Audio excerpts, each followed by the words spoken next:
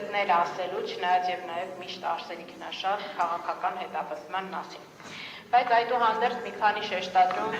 այս մենք օգոստոս ամսից սկսած արդեն դատական քննության փուլում ենք, հաշվում էի, որ մոտավորապես 40 նիստ ենք ունեցել, ամեն մեկը միջինում 3 ժամ տևողությամբ, բոլորիս կյանքից ահռելի ժամանակ ու գիտեմ, որ գոնե կյանքում ժամանակում ինչ-որ միտեղ շատ մեծ ափսոսանք ենք յուրաքանչյուրս ունենալու այս հանիրավի տեղը ուղիղ տեղում կարված մեղադրանքի մասնակիցը լինելու համար։ Ես ինքս, երբ որ պատկերացնում եմ, թե այս չեղած բանի չգոյությունը ապացուցելու համար ինչքան ժամանակ եմ ծախսում սեփական կյանքից, իրապես տխրում եմ։ Բայց այս ժամանակի ընթացքում նաև կարողացա հետադարձ հայացքով, երբ որ մենք միշտ պարոն Սարգսյանն էր այդ հարցը բարձրացնում, Բագրատ Սրբազանն էր այդ հարցը բարձրացնում, թե ինչու հենց այս 18 մարդիկ հայտնվեցին մեղադրյալի աթոռում եւ չէ որ Սրբազան պայքարը ըստ տարբեր հաշվարկների, օրինակ մայիսի 9-ին 2024 թվականի ընդհանուր տարբեր հաշվարկներով 90,000 մարդու էր ներգրավել։ Այս դահլիճից այն կողմ գտնվող մարդիկ, գուցե եւ նրանցից շատերը շատ ավելի շատ էին եղել Բագրատ Սրբազանի կեցավայրում, քան օրինակ ապակուց այս կողմ գտնվող որոշ մարդիկ։ Ու այդ մտորումները այդուհանդերձ ինչ-որ մի եզրակացության բերեցին, որ այո, նաև կարող է լինել այն պատճառաբանությունը, որ այս դատական դահլիճում հաշվել էին, որ 18 մարդ կարող է տեղավորվել, եւ այն պատճառաբանությունը, որ այս մարդիկ ընտրված են հատուկ ներառականություն ապահովելու մտադրությամբ։ Մենք այստեղ մեղադրյալների ցանկում ունենք զոհված զինծառայողի հայր, ունենք ազգային ժողովի պատգամավոր, ունենք Հայաստանյաց առաքելական Սուրբ եկեղեցու բարձրաստիճան հոգևորական arczepiskopos կոչմամբ, ունենք բլոգեր, ունենք գործարարներ, ունենք Արցախի պատգամավորության ներկայացուցիչ, ունենք խիստ ծանր առողջական խնդիր ունեցող երիտասարդ, ունենք բանակի գնդապետ, եւ այսպես շարունակ ունենք եւ ազատամարտիկ եւ ունենք կին քաղբանտարկյալ եւ մամուլի պատասխանատու։ Այսինքն տպավորությունս այնպիսին այս ներառականությունը տեսնելով, որ նշված բոլոր կատեգորիայի անձանց եւ ընդհանուր հանրությանն ուղղված այդ մեսիջը, որ այլևս քաղաքական հետապնդում հարուցելու համար ոչ միայն չկա այդ կարմիր գիծը գոնե ինչ-որ առերևույթ հիմնավոր իրավական հիմքեր ունենալու, այլ նաև չկա այդ բարոյական գիծը եւ պատրաստ են այդ հետապնդումը հարուցել ցանկացած անձի ուղղությամբ։ Բայց շատ հետաքրքիր էր նաև այս դատական քննության ընթացքում հանձին, քանի որ Լիդիան այս պարագայում 18-ից միակ կինն էր, այն խտրականությունը, որ դրսևորվեց Լիդիա Մանթաշյանի հանդեպ։ Երբ որ դատավարության ինչ-որ մի փուլի ինչքան էլ որ անկանխատեսելի էին ու մեր համար շատ դժվար էր այդ տրամաբանությունը բացատրել, ինչու էին ոմանց խափանման միջոցները փոխվում ավելի մեղմ խափանման միջոցով, իսկ որոշներինը չէ, ամեն դեպքում այդ իրերի հաջորդականության մեջ մարդիկ մեծապես ակնկալում էին, որ գոնե Լիդիա Մանթաշյանի խափանման միջոցը կփոխվի։ Քանի որ 10 օրինակ տղամարդիկ նախկինում անցնող նրանց խափանման միջոցները փոխվել էին։ Բայց եկավ 2025 թվականի նոյեմբերի 20-ը եւ օրվա վերջին լսելով Լիդիա Մանթաշյանի խափանման միջոցի հարցը, դատարանը եզրահանգեց, որ այլ խափանման միջոց քան կալանավորումն է, իզորու չի ապահովել մեղադրյալի պատշաճ վարքագիծը։ Սա իհարկե առաջացրեց հանրության, թվում էր, թե ոչ մի բան չի կարող այլևս հանրության մոտ ռեզոնանս առաջացնել, բայց առաջացրեց այդ ռեզոնանսը։ Մարդիկ ինքնավուխ սկսեցին ցույցեր իրականացնել, համացանցը հեղեղվեց այս ամեն ինչով, դրա մասին խոսել էին։ Ու միայն այդ թվում է, թե իրավական որևէ նշանակություն չունեցող հանգամանքը, հանրային ճնշումը ստիպեց, որ ուղիղ մեկ շաբաթ անց բառացիորեն չփոփոխված իրավական եւ փաստական հիմքով ներկայացված միջնորդության արդյունքում փոփոխվի Լիդիա Մանթաշյանի խափանման միջոցը։ Ավելի ակնառու ապացույց ընթացող քաղաքական հետապնդման եւ նրա հետևում գտնվող մոտիվների պարզապես հանրությունը տեսնել չէր կարող։ Ակնհայտ եղավ, որ այս ամեն ինչը ի սկզբանե նպատակաուղղված է հենց հանրության վախերը կառավարելու եւ հենց նաեւ հանրությունից եկող վախերին պատասխան տալու տրամաբանությամբ։ Լիդիա Մանթաշյանի վերաբերյալ նաև երկրորդ կարևոր կոմպոնենտը, որ ըստ էության Լիդիան իրականացնում էր սրբազան պայքար շարժման հաղորդակցական մասը։ Ինքը եւ պլանավորում էր այսինքն հաղորդակցական արշավներ, այն ինչը որ դուք տեսել եք, նույն այդ մարդկանց ցնցումների հասցրած խրտվիլակի պատրաստումը եւ ցուցադրումը գլխավոր դատախազության շենքի առջեւ շատ դիպուկ հակադարձումները իրենց քննադատողներին, ինչպես նաև բավական կրեատիվ քաղաքական ակցիաների կազմակերպումը, ինչպես թռուցիկների բաժանումը, այնպես էլ եւ այլն։ Եվ բնականաբար որպես այդպիսին քաղաքական, այսինքն կարևոր որոշումների առանցքում, թե օրինակ ինչ թեզեր պետք է առաջնորդվեն, ինչի համար պետք է լինեն, այդ ղեկավար պաշտոնում շարժման մեջ Լիդիան ներգրաված չի եղել։ Լիդիան ունեցել է Բագրատ Սրբազանի կեցավայրում իր առանձին աշխատասենյակը, որտեղ որ նույնիսկ մասնակից չի եղել շարժման պլանավորման հիմնական որոշումների կայացմանը։ Ու այս հանգամանքը հանգեցրել է նրան, որ Լիդիան հայտնվել է մեղադրյալի աթոռին։ Չեմ ուզում ոչ ավելացնել, ոչ պակասացնել Լիդիայի դերը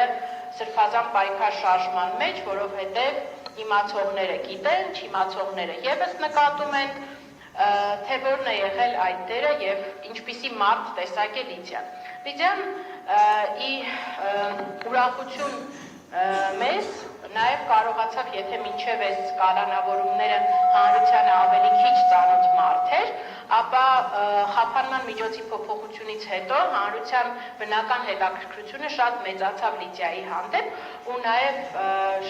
շնորհակալություն Լիդիային, որ հնարավորություն տվեց իր հարցազրույցների, իր հանրային խոսքի միջոցով, որպես մարդ ներկայանալ հանրությանը ու տեսնել ու մարդկանց մոտ նախ եւ առաջ ձևավորել այդ համոզմունքը, ապա նաև, չգիտեմ, հանրային մեղադրողների, գուցե եւ դատարանի եւ բոլոր այն պատվիրատուների, ովքեր ներգրաված են իրեն մեղադրանք առաջադրելու մեջ, բացատրելու արդյոք զգայական, մտավոր, տրամաբանական, հոգևոր, որևէ հարթության մեջ, արդյոք Լիդիան ամենանման մարդն է ահաբեկչին։ Կարծում եմ, այս հարցի պատասխանը շատ պարզ է, բաներում շատ հարցազրույցները նայելով մենակ հերիք է, որ պարզ լինեն ու ապացուցելու ոչինչ պետք չի։ Սրբազանն էլ եւս կասի, ամենանման մարդն է, թե ոչ։ Այդուհանդերձ, ինչ ապացուցողական զանգված դրվեց ապացուցելու համար, որ Լիդիան իրապես պատրաստվում էր ահաբեկչություն կատարել, իշխանությունը զավթել։ Այն հանգամանքը, որ ինքը ըստ հեռախոսային այդ անտենաների տեղակայման համարվում էր, այսինքն գտնվում էր այդ տարածքում, դրանով կարող էին օրինակ այդ օպերատիվ հետախուզական միջոցառումը չանեին, յուրաքանչյուր մարդուն Լիդիային էլ հարցնել, Լիդիան էլ կասեր, որ ինքը ամեն օր այնտեղ է գտնվում, այդտեղ որևէ գաղտնիք չկա, այդ ապացույցը երբևէ չենք էլ վիճարկելու։ Հաջորդ ապացույցը դա Լիդիայի արդեն հայտնի դարձած նոթատետրն է, այստեղ էլ պետք է շնորհակալությունս հայտնեմ վարույթն իրականացնող մարմնին, որ գոնե վարույթի մասնակիցներին հայտնի չի դարձրել օրինակ այդ բլոկնոտում առկա խիստ անձնական գրառումները։ Այդուհանդերձ այդ բլոկնոտում առկա գրառումները, անձնական մտորումները, ես էլի եմ ասում եւ հետագայում էլ ներկա հանրային մեղադրողները նախորդ դատական նիստին, երբ բացման խոսքով էի հանդես գալիս Բագրատ Սրբազանի վերաբերյալ, ներկա չէին, ես մոտավորապես ներկայացրեցի ինչ ապացուցողական քարտեզ եմ ներկայացնելու այս դատաքննության ընթացքում եւ խնդրելու եմ, որ յուրաքանչյուր ապացույցի հետազոտման ընթացքում օրինակ մատնանշվի, թե այդ ապացույցը կոնկրետում է վերաբերվում եւ ինչ է հավաստում։ Այդ ինչ հավաստել է իր հերթին ապացուցման ընթացքում էլի կանրադառնալով, բայց նաև ես ասեմ, որ ինձ էլի այդ հարցը բաց է մնում։ Ի վերջո Լիդիա Մանթաշյանի անձնական նոթերը սեփական նոթատետրում որքանով են վկայում օրինակ Արմեն Ալեքսանյանի մտադրությունների մասին։ Որքանով են վկայում, որ այս 18 անձինք բոլորը տեղյակ էին եղել այդ նոթերի բովանդակությունից։ Եվ որպեսզի այդ նոթերի արժեքը ես այնպես չլինի, որ անհարկի մեծացնում եմ կամ ուռճացնում եմ, պետք է ասեմ, որ այդ նոթերը մինչև անգամ հասանելի կլինեին օրինակ վարույթում ներգրաված փաստաբաններին, այդ նոթերի լուսանկարները արդեն իսկ տարածվել էին Ազգային ժողովի նախագահի Facebook-յան էջում, որպես ապացույց առայն, որ Լիդիան իշխանության զավթումը պլանավորել էր, ահաբեկչությունը պլանավորել վերջացրել էր, իշխանության զավթումը պլանավորել վերջացրել էր, հիմա արդեն որոշում էր, թե ով պետք է լինի իշխանությունը զավթելու պարագայում, որ պաշտոնին։ Մինչդեռ իրականության մեջ, երբ որ հարցնում ենք Լիդիային, բնականաբար ոչ մեկ օրինակ պարոն Չախալյանը տեղյակ չէր այդ պաշտոնների բաշխման մասին, պարզվեց, որ Լիդիա Մանթաշյանը պարզապես քաղաքական ակցիա էր պլանավորում, ցանկանում էր այսպես տիպային կառավարության մոդել անել եւ որպես քաղաքական ակցիա օրինակ քննարկումներ լինեին Բագրատ Սրբազանի եւ նշված մասնագետների միջև իբրև ոլորտի պատասխանատուներ եւ այդ ակցիան իրականացվել լուսաբանվել։ Այդ ակցիան բնականաբար վերաբերվել 2024 թվականին, այդ մտահաղացումը Լիդիան իր նոթերում գրի է առել, բայց հետագայում հայտնելով Սրբազանին ընդհանուր քննարկման արդյունքում չի ընդունվել առհասարակ այդ առաջարկը, բայց այդ նյութը նույնիսկ պատշաճ վերլուծության չի արժանացել։ Այդ նյութը ոչ միայն չի արժանացել վարույթի կողմից վերլուծության, մի բան էլ արտահոսել է Ազգային ժողովի նախագահի Facebook-յան էջով, որպես ապացույց, որ այս մարդիկ իշխանափոխություն էին պլանավորում։ Թերևս Լիդիայի մասին, եւ երկու խոսակցություն էր, որտեղ Լիդիան ընդ որում այդ քննարկումներից, հետո գաղտնալսումներով էլ պարզ կլինի, մասնակցում է մամուլի խմբագիրների հետ հանդիպմանը։ Այնտեղ կան ձեզ ծանոթ շատ անուններ, երբ որ այդ ապացույցները կհետազոտենք, կտեսնենք, որ մամուլի պատասխանատուները եւս այդ հանդիպմանը մասնակցել են, թե ինչպես պետք է օրինակ լուսաբանվի Սրբազան պայքար շարժումը։ Այս է այն ամբողջ ապացուցողական զանգվածը, որը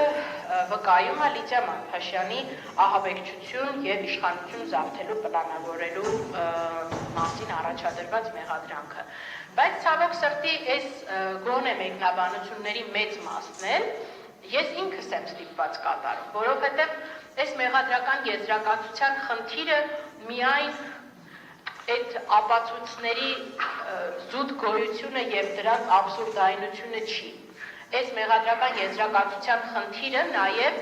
առհասարակ որևէ վերլուծական շարադրանքի եւ տրամաբանական շղթայի բացակայությունն է, որը կարող է ողջամիտ անկողմնակալ դիտորդի մոտ պատասխանել այդ հարցերին, ինչպես կարող է նոթատետրի գրառումը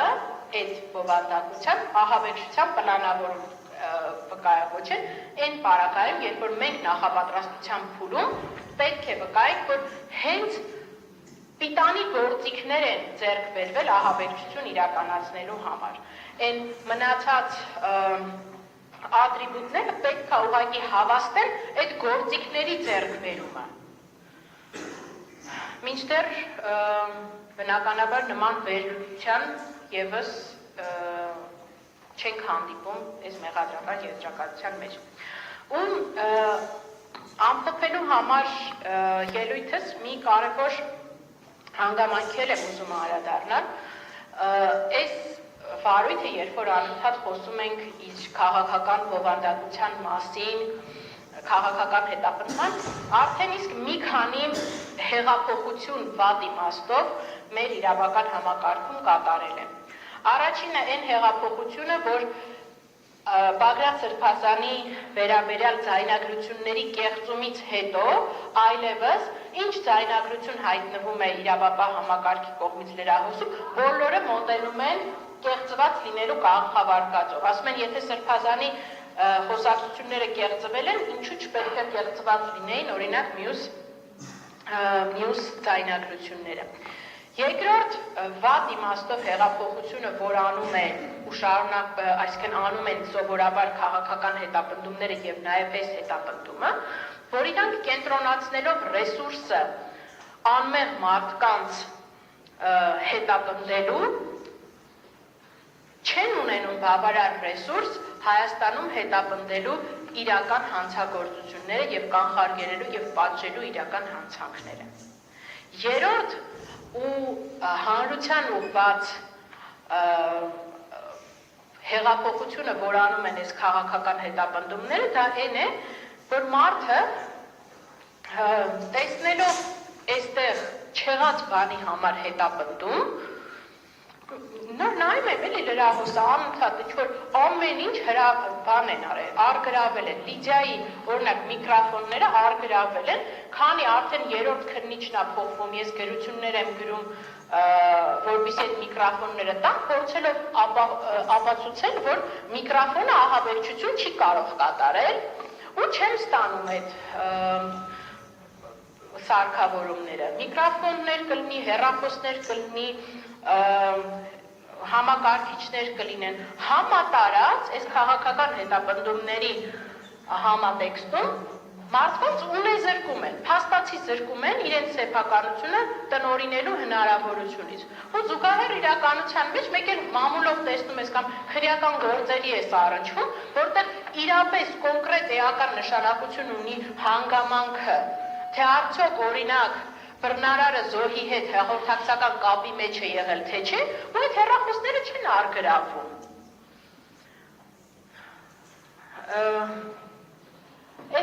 Այս օրինակները շատ են, ու ես ուզում եմ, որ իրապես մեր իրավապահ համակարգը, մեր հարգելի մեղադրողները չսահմանափակվեն, չփորձեն արդարացումներ փնտրել այս գործի գոյության մեջ, դե որ հիմա այս տիպի գործեր միշտ են եղել կան ու լինելու են ցանկացած քաղաքական կոնյունկտուրայի պայմաններում։ Բայց պետք է կարևոր է գիտակցել, որ մի սահման կա, որից հետո անընդունելի է դառնում։ Այս հալածանքների բեռը եւ վնասները չեն սահմանափակվում մենակ այս մարդկանց անձնական եւ ընտանեկան տառապանքներով։ Այս ապօրինությունների շղթան իր անդրադարձն է ունենում հասարակության յուրաքանչյուր անդամի վրա։ Թերևս այսքանը հետագայում, ինչպես նախորդիվ նշել եմ, այդ ապացուցման մատրիցան չեմ ուզում հիմա շատ քրեադատաբարական նորմերի մեջ մտնեմ, բնականաբար հերքում ենք, որ եւ ահաբեկչության նախապատրաստության եւ իշխանության զավթելու մեղադրանքները նստեղ արկա չեն, եւ դատաքննության ընթացքում իմ դերակատարումը ապացույցների հետազոտման փուլում լինելու է յուրաքանչյուր դեպքում հարց տալ, թե յուրաքանչյուր ապացույցը ում է վերաբերվում եւ ինչն է հավաստում։ Այս հարցերի պատասխաններն են, որ մեզ տանելու են դեպի այն համոզմանք առավելապես հանրության այդ մոտ, որ այստեղ ահաբեկչության եւ իշխանություն զավթելու նախապատրաստություն արկա չէ։